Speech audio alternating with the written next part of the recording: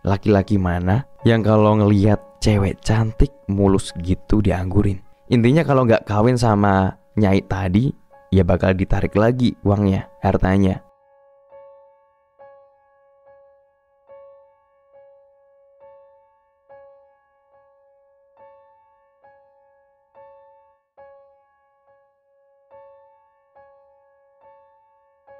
Para pendengar dan penonton yang terhormat, selamat datang di channel YouTube Kalong Story dengan segmen Bacain Cerita Horor. Saat ini kita berada di urutan pertama untuk menyalakan notifikasi dan diperkirakan akan segera klik tombol subscribe. Kami meminta Anda untuk duduk manis, memasang headset, mematikan semua lampu, membuat kopi, dan menyiapkan cemilan, karena cerita ini akan dimulai. Terima kasih telah memilih channel Kalong Story. Selamat menonton dan selamat mendengarkan. Jadi cerita ini tuh dialami oleh 3 orang nih. Namanya Mas Medi, Karyo, dan Sigit. Dan cerita ini saya dapat dari Mas Medi. Nah, jadi suatu malam nih, mereka tuh lagi nongkrong di pos ronda kampung ya. Ya biasalah, pada curhat masalah keluarga. Sampai pada satu sesi nih, Mas Medi ini cerita. Dia cerita kalau sering ribut sama istrinya gara-gara masalah keuangan. Dan di situ Mas Karyo juga nyaut nih, kalau dia itu juga ngalamin hal yang sama. Jadi mereka berdua ini lagi ngalamin kesulitan ekonomi. Ya sebenarnya ini masalah klasik ya. Siapapun yang namanya sudah berumah tangga kemungkinan pernah ngalamin juga nih. Dan berujunglah cekcok antara suami dan istri. Nah waktu itu Mas Sigit ini cuma diem aja. Dia lebih banyak jadi pendengar setia nih. Sampai akhirnya Mas Medi dan Mas Karyo ini tanya ke Mas Sigit, "Kenapa hidupmu ini mulus-mulus aja toh Git? Kayak gak punya masalah. Terus padahal kerjamu itu gak jelas tapi bisa beli ini beli itu." Nah, mendengar ucapan itu, Mas Sigit ini baru cerita nih. Dia bilang ke Mas Medi dan Mas Karyo kalau dia itu sudah hampir setahun ikut ngelakuin ritual pesugihan. Dan di situ sama Mas Sigit langsung diancem ya ke mereka berdua buat gak boleh bilang ke siapa-siapa. Nah, Mas Medi sama Mas Karyo ini langsung kaget nih. Terus Mas Medi bilang, "Jangan-jangan anak sama istrimu mau kamu tumbalin Git." Nah Mas Sigit pun nyangkal nih. Katanya pesugihan ini gak pakai tumbal. Ini pesugihannya beda. Kalian cukup datang dan dijamin enak lah. Nah enak gimana tuh maksudnya? Si Medi ini nanya. Terus Mas Sigit bilang, "Kalau mau besok ikut aja." Nah di situ Mas Medi sama si Mas Karyo ini mikir. Tapi gak lama ya, mereka itu langsung setuju mau ikut dengan alasan faktor ekonomi dan gak pakai tumbal itu. Terus Mas Sigit ini ngelanjutin ceritanya. Jadi pesugihan ini tuh agak unik, yaitu ritualnya itu cuma kawin. Jadi kalian nanti harus kawin sama sosok nyai yang ada di sana, katanya Mas Sigit nih. Nah di sini Mas Medi sama Mas Karyo ini masih bingung sekaligus penasaran tuh. Kawin gimana yang dimaksud Sigit itu? Lalu Sigit ini jelasin kalau kawin ya kawin kayak suami istri gitulah. Nah kalau sudah masalah begituan, pastilah mereka berdua ini udah paham ya. Akhirnya mereka setuju. Singkat cerita nih, mereka ini janjian berangkatlah ke daerah Jawa Tengah. Sesampainya di sebuah rumah nih, mereka bertiga ini langsung disuruh masuk sama simbah-simbah si pemilik rumah itu. Nah di dalam rumah si Sigit ini jelasin ke simbah tadi kalau kedua temennya ini mau ikut ritual kawin biar kaya. Nah di situ simbahnya cuma ngangguk-ngangguk aja ya. Terus setelah itu si Mas Medi sama Mas Karyo ini diajak ke kamar mandi buat mandi kembang. Setelah selesai mandi kembang, mereka bertiga ini masuk ke sebuah ruangan nih. Ruangan itu mirip kayak kamar yang mana ada ranjang dan meja kursi. Mas Karyo, Medi sama Sigit duduk nih bertiga.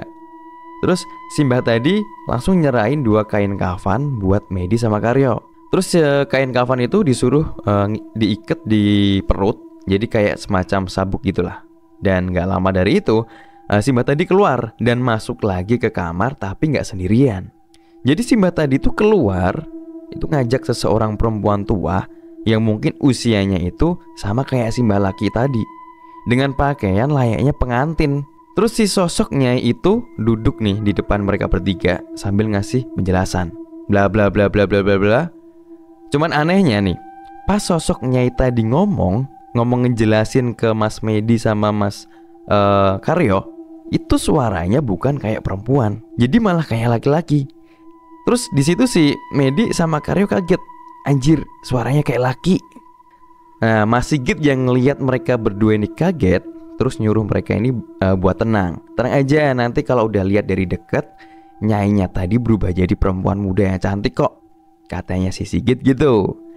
Akhirnya dengan segala keraguan nih, mereka berdua ini ngelakuin ritual kawin sama sosok Nyai tadi. Di situ yang duluan ngelakuin si Medi nih.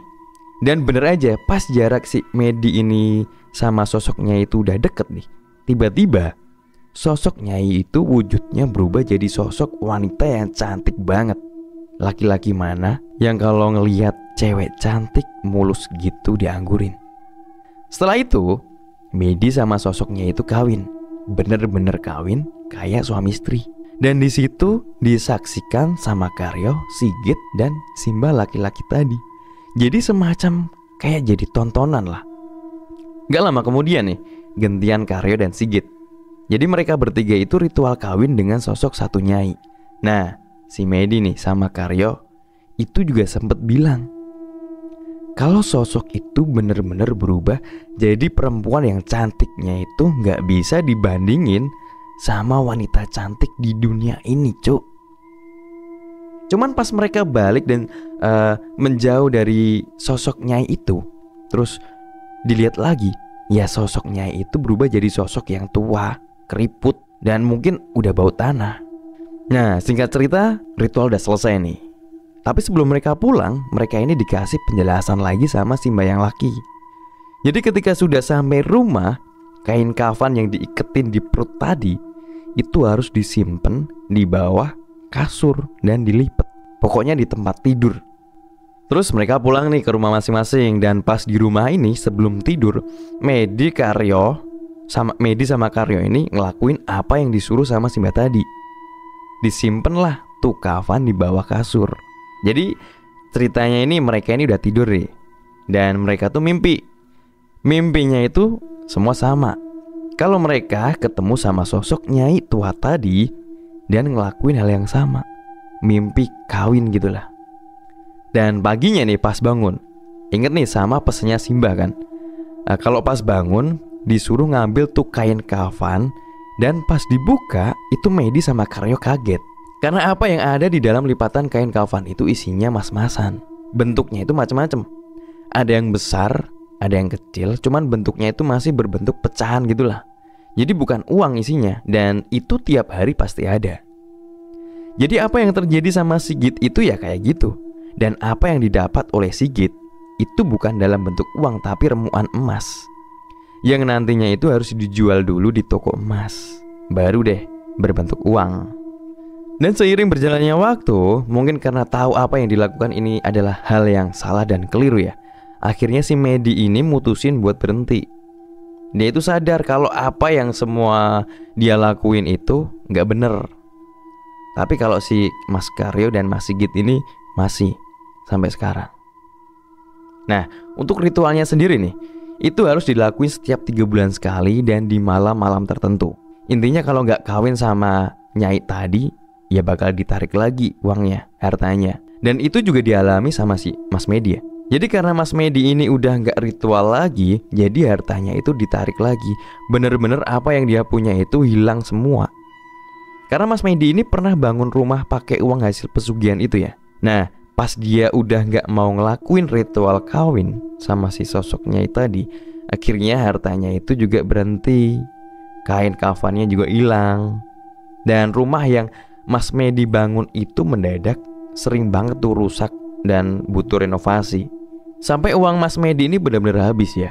Dan rumah itu malah rusak dan sampai gak layak huni lah. Terus pesugihan ini tuh modelnya kayak MLM. Jadi kalau bawa orang ke sana dan mau ikut, yang ngebawa itu akan dapat bonus. Nah, kurang lebih seperti itulah ceritanya. Dan dari cerita ini kita bisa ambil aja sisi positifnya dan buang jauh-jauh sisi negatifnya. Yang jelas yang namanya pesugihan itu gak akan pernah bawa berkah. Kalau mau dapat rezeki yang enak ya kita harus kerja lah. Jauhi yang namanya pesugihan dan jauhilah hal-hal yang bersekutu dengan jin. Karena pasti ada konsekuensi yang itu bukan sesuatu yang positif ya. Nah, jadi gitu teman-teman semua. Makasih nih buat teman-teman semua yang udah mau nonton, udah mau dengerin cerita ini. Kalau ada pertanyaan tulis aja di komentar. Saya Kalong undur diri. Sampai bertemu di cerita-cerita horor selanjutnya. Wassalamualaikum warahmatullahi wabarakatuh.